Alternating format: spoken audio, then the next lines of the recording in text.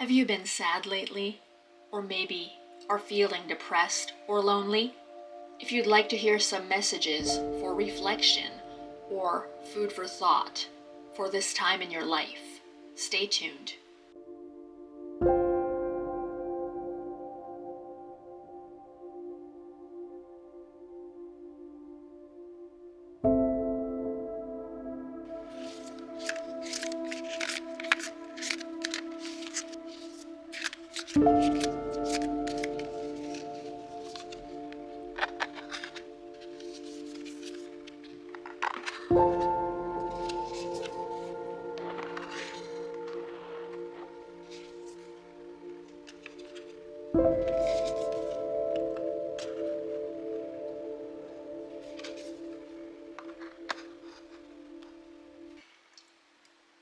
Hi, it's Leia. Welcome to this episode of Diaries of a Witchy Creative Life.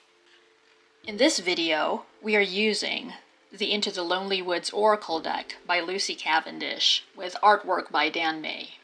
I felt inspired to do this reading video right now because at this moment in my life, I'm going through a lot and feeling a lot.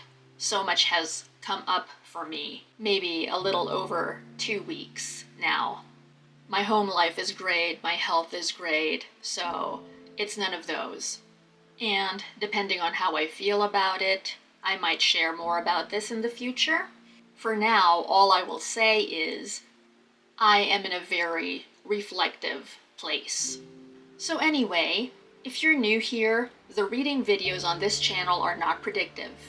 Our focus here is on self-awareness, healing, and shadow work. If you've never heard the term before, shadow work in a nutshell involves diving beneath the surface or beneath what's obvious so that we can reclaim the parts of ourselves that we've cast aside or that we've dissociated from. Some of you might be wondering, why would I want to do that? There's a reason why. I pushed all that away. And a really quick answer would be, it is part of who you are. Just because we are in denial of something or are choosing to separate ourselves from it, if it is a part of who we are, it still exists and it will keep popping up, sometimes at the most inconvenient moments. So having awareness of these parts of ourselves is helpful, even if we don't totally embrace all these yet. And it is a journey to learn to love them or find some peace when it comes to these parts of ourselves. And what we are doing today, you might find helpful if you're feeling isolated or lonely. There could be many reasons why. Sometimes it isn't just about isolating yourself from other people per se, but even if you're surrounded by a lot of people, like you still go to your job or you go to school, and physically there are a lot of people around you. If there's something going on in your life that you aren't sharing with them, or your walls are up because of something you're going through or something you're feeling, that is isolating nevertheless. While for others, it could be quite literally that, in general, you don't have people in your life right now. Whether that's by choice, by necessity, or you found yourself in a situation where it seems like it was pushed upon you. In any case, maybe you'll find something uplifting here to chew on. Journal keepers, you might find inspiration in the questions that we come up with based on the card meanings.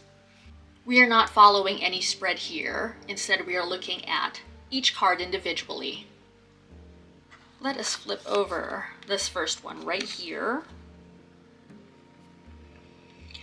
We have, I'm just waiting for it to focus, there we go. We have drink from your own well, water your own garden.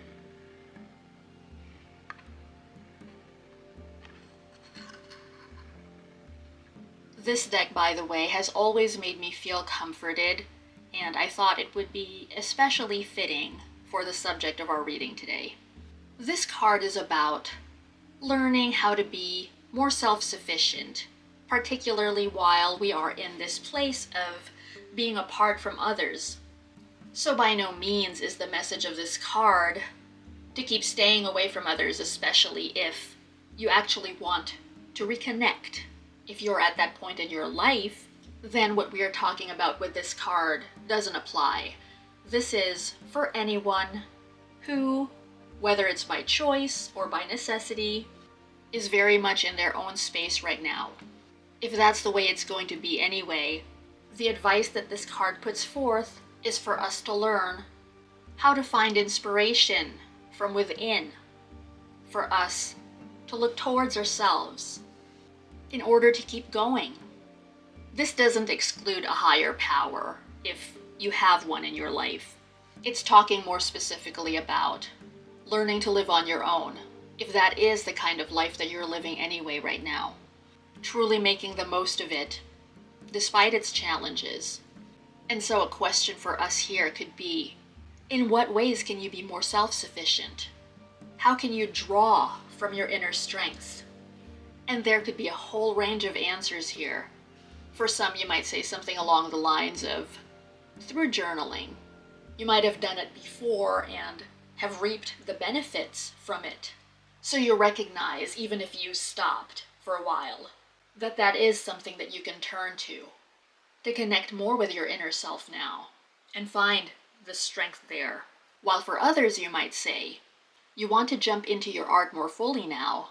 Maybe before you didn't really have the time to, and now you do. Whether that's painting or drawing or songwriting or being crafty, and anything really could be an art. So whatever it is that you enjoy doing by yourself could be romanticized. Some of you out there might really love cooking, and maybe someone who's listening to this could start something new entirely. Maybe you've always wanted to sing, but you never dared to before. But in this time, you finally allow yourself to. And so here we are being encouraged to take care of ourselves and to enrich ourselves.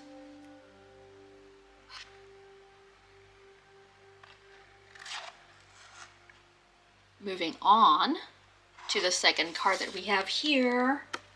This is Death Moves Amongst Us.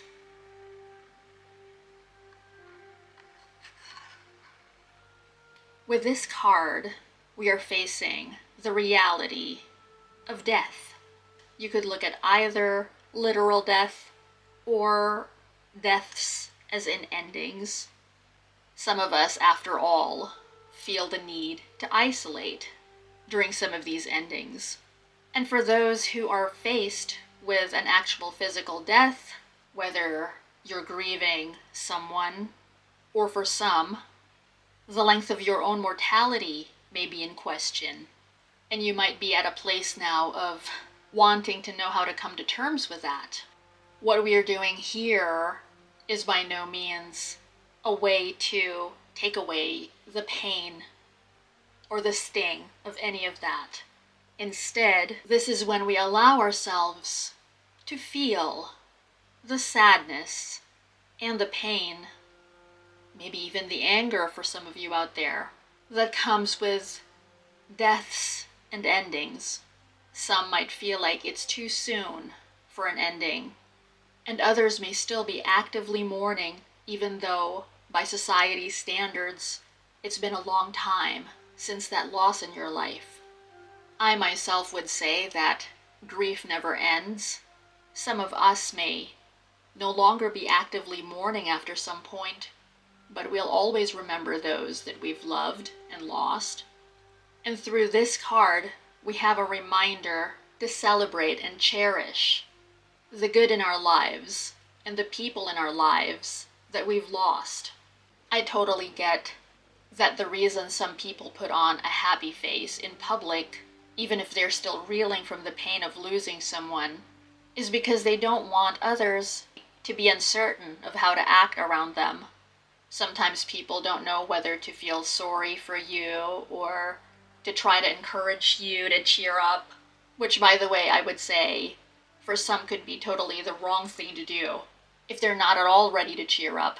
The best we can do sometimes, I feel, for someone who is grieving or mourning is to let them know that we are there for them.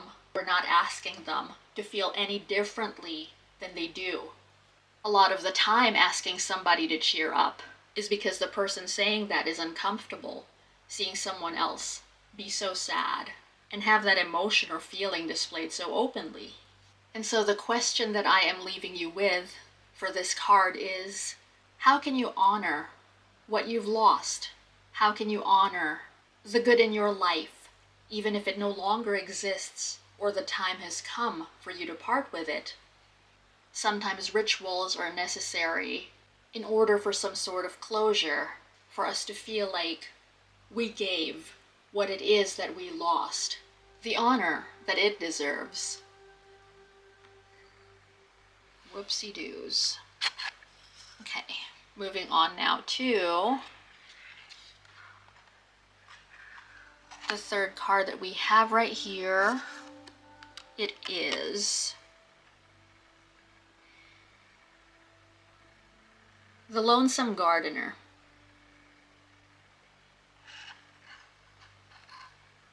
The question for us with this card is, what can we cultivate during this time?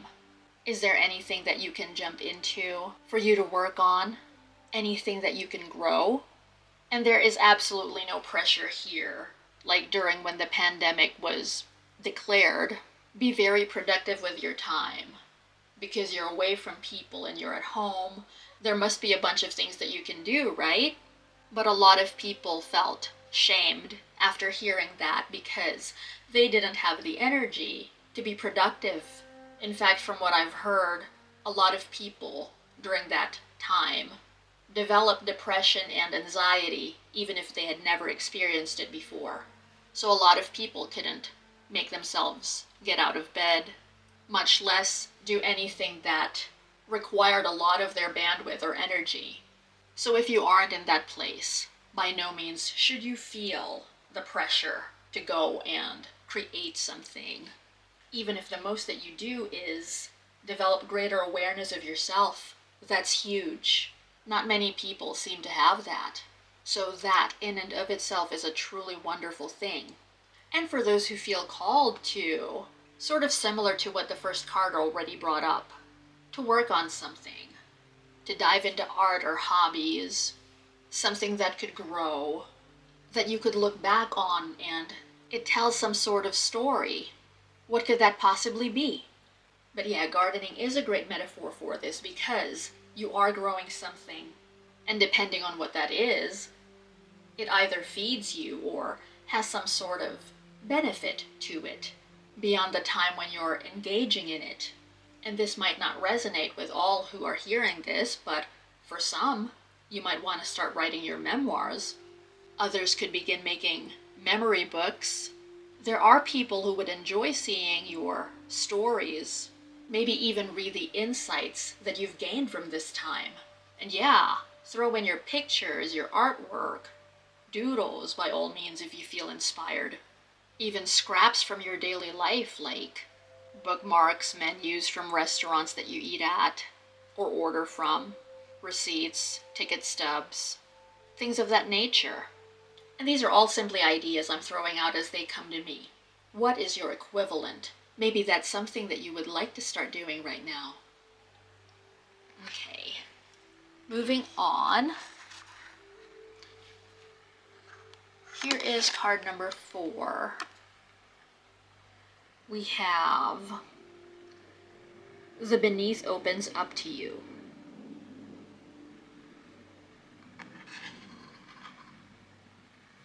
So in a life of sadness, loneliness, isolation, it might feel at times like we are sinking deeper and deeper. For others, it might even feel like a bottomless pit.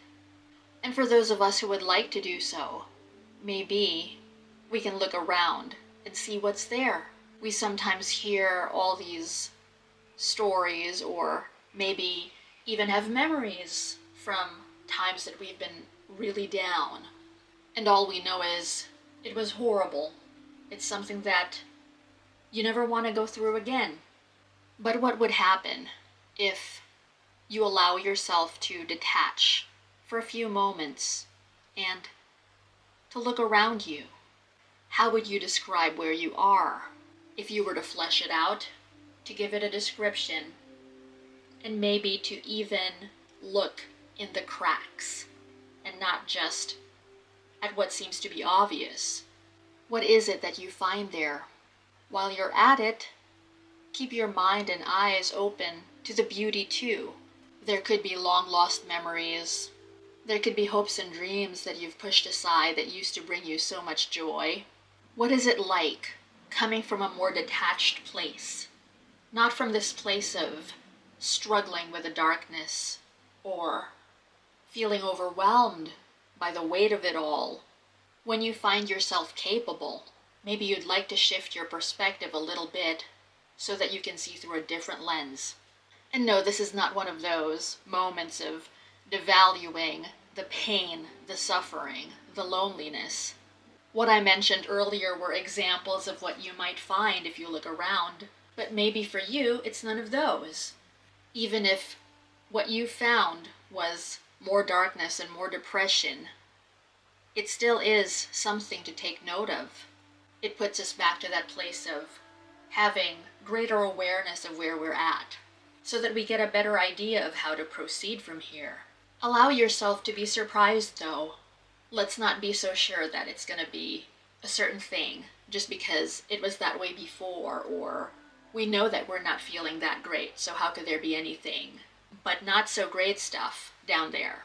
You might even want to attempt this during meditation to give you a better sense of what is down there in that deepest pit of feeling alone and isolated and separated from everybody else. Like I said, do your best to see it with detachment. It could possibly show you what's been hiding underneath all this time that you are now ready to work on or deal with or embrace. I leave you with that for card number 4. I was flipping it over. Let's leave it exposed. And let's take a look now at our next card, which is When All Seems Ended.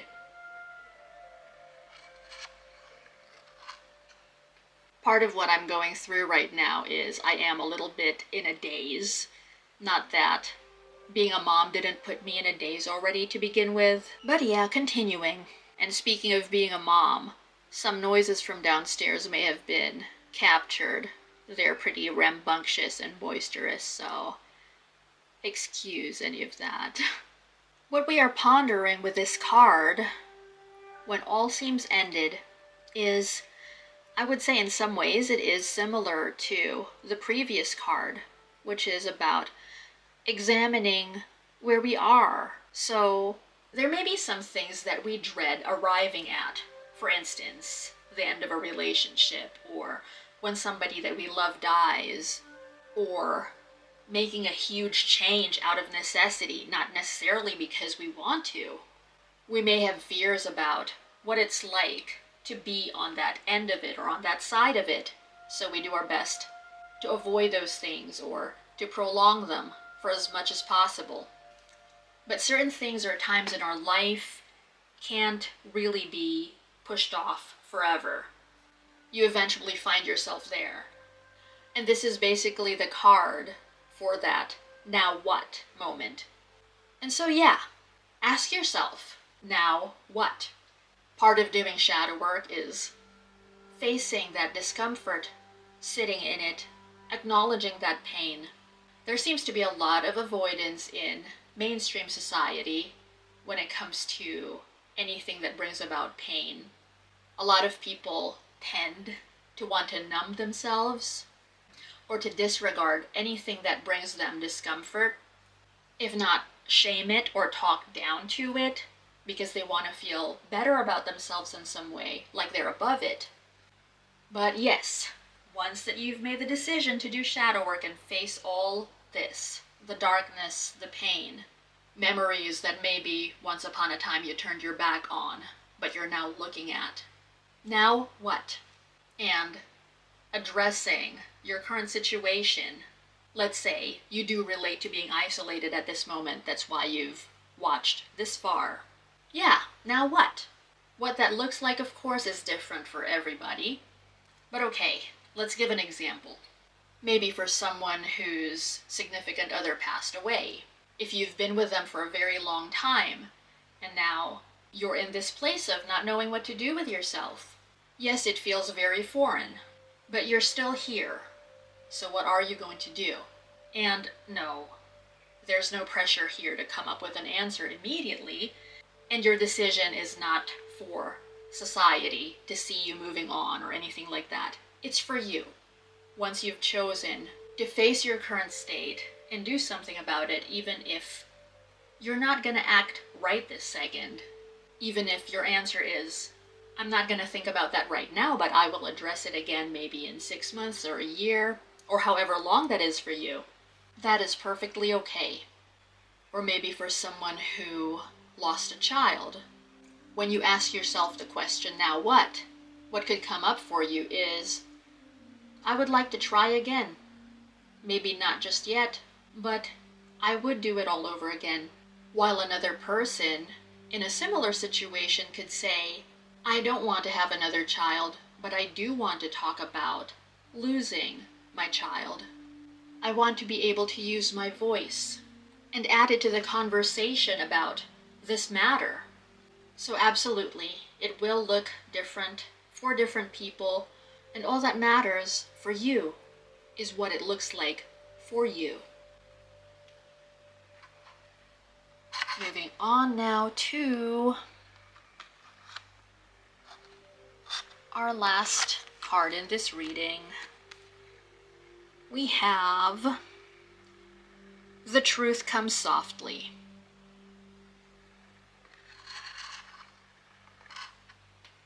What this card brings up for us is about our own individual truth.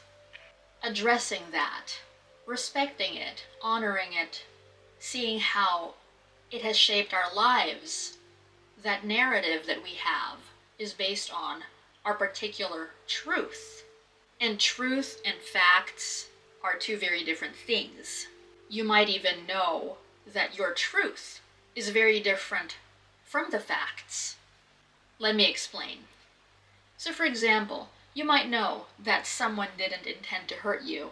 You might already even have had a conversation with them, but there was this incident, let's say the incident in question, whatever that may be, that happened a really long time ago, like in your childhood. And what you believed back then is that their actions were intended to hurt you, and that's what you carried with you, that then shaped who you became, how you lived your life. That's an example right there of someone's truth. So in conversation with someone else, they might be sharing their truth, and the other person thinks, but I was there and I saw that it happened differently. Be that as it may, it doesn't change that the person sharing their truth sees things the way they do. And a question we could ask ourselves with this card could be about our personal narrative. What stories might have you been telling yourself that have affected how your life has been? Maybe, to stay specific to what we're talking about here, which is about feeling lonely, depressed, isolated, etc. Some of you out there might believe that you simply don't belong anywhere. You don't have any tribe. And if you genuinely enjoy being by yourself, then there's no problem there, right? But for those who seek a loving community and a tribe to call your own, would you say it's time to reframe that belief? Is it possible that there have been incidents that convinced you of this, but maybe it doesn't have to be that way now? With this card, we examine whether what we consider to be the truth is more on the subjective side, and whether it has affected our lives more than we would care to, and if we would like to change the impact it has had on our lives for so long, beginning now. While I personally believe that there is value in pulling away from the world to rest, recharge, regroup, reconnect with ourselves all over again, I think that some of us who pull away really want more connection with others. It's also possible that you're simply in the wrong relationship for you, for those who are addressing a romantic relationship specifically. Or you've been in the wrong ones all this time and there's been a pattern. And that doesn't mean that you have to shun love forever if it's something that you truly want. Yes, certain changes have to be made, but you don't have to give up on it. So that, along with all the other cards we've taken a look at in this reading, is your food for thought. Thank you so much for joining me for this video. This was a little heavy, so don't pressure yourself at all to get through all of this all at once in one journaling session or during one moment in time where you want to do some reflecting. Why not rewatch the video when you're ready to tackle the rest of it that you haven't yet? Or write down the questions that you'd like to reflect on and address what you're ready for when you're ready for it. If you enjoyed this, I invite you to subscribe to this channel and get notifications as well so that you don't miss a thing. And there are also a lot of other videos on this channel already along the same lines if you'd like to take a look at them. I hope to be back within the week for more videos that are focused on healing, self-awareness, shadow work, and the like. So stay tuned. In the meantime, take care of yourself. Truly wishing you the best from the depths of my soul. Bye for now. More Diaries of a Witchy Creative Life are coming soon.